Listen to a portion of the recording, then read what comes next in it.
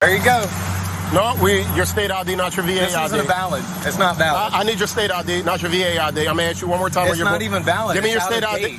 Turn around. You're being arrested. Whoa, what for, dude? Turn around. Are you kidding me? Turn around. Do you see this? Turn around. Somebody help me. Turn around. Hey, what are you doing? What are you doing? Sir.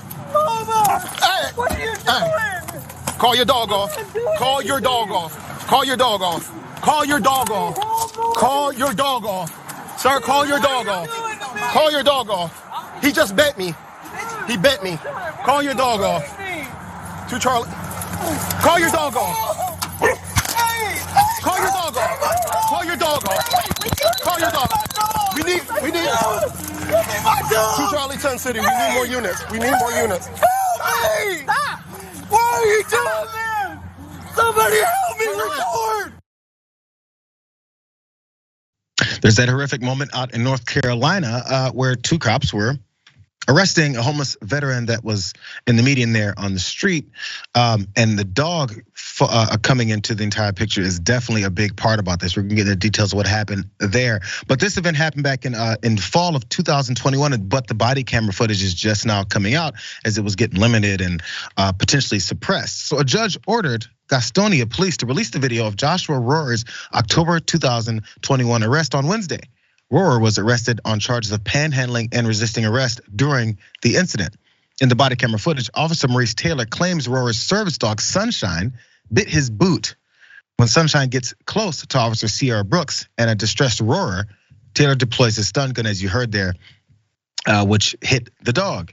Now these cops they accused Rohrer of panhandling, as you heard there, and standing on the median of the street, asking people for money. Let's watch how they went through with that whole thing. There's more to this.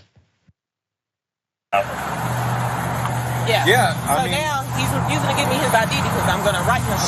She's trying to write me a ticket because I was walking up this, packing up. She told me to pack up. I told and you, I was literally rolling up my roll, and somebody stopped and gave me money. And you saw it yesterday. He saw it too. People give me money without me asking. I don't have to because I don't have a sign or anything.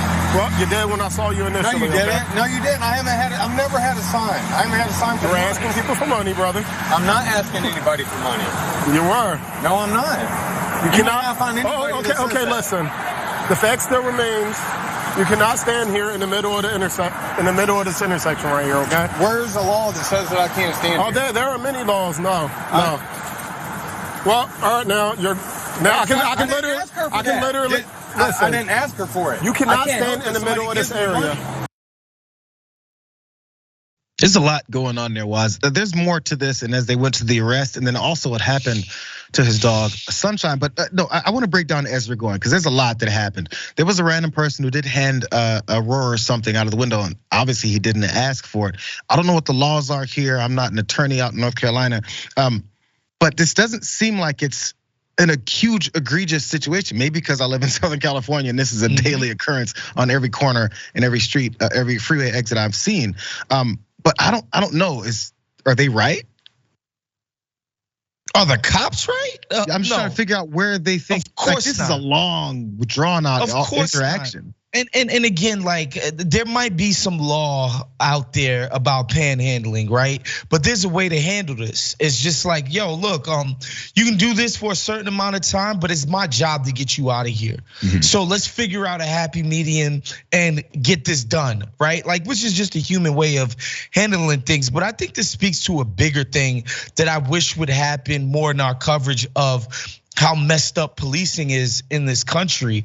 Oftentimes we frame police brutality as a racial thing, and it is racial in a lot of ways, but it flows out of a different symptom, which is that police basically harass poor people of all races. Black people happen to be disproportionately poor in this country because of, state sanctioned apartheid, deindustrialization, the drug war, mass incarceration, you name all of those stuff that contribute to that.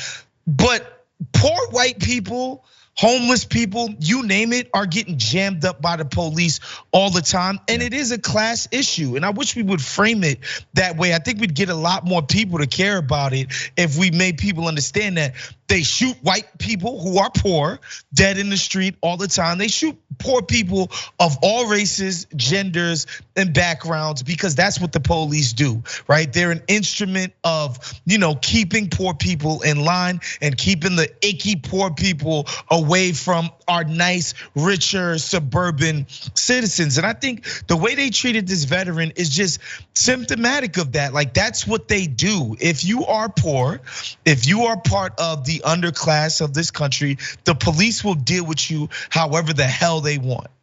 There was a couple of witnesses that did come to his defense as well, as you're talking about what the cops have done. So let's watch that really quick as we see the back end of this whole thing that happened. Call animal control for your dog. You got it? That's okay. But so no. If I you cannot be here. That's fine. I told her I was leaving. And I interpreted you asking for money because you're you walked out to the car. Dude, you saw it. I was standing here talking to him yesterday. Right now. You don't give me you go to jail and call an animal control dog. For what? You're writing a ticket for a crime. Can we get your ID? All right, turn around. You're being arrested. Whoa, what for, dude? Turn around. Are you kidding me? Call your dog off. Call your dog off. Why are you doing that?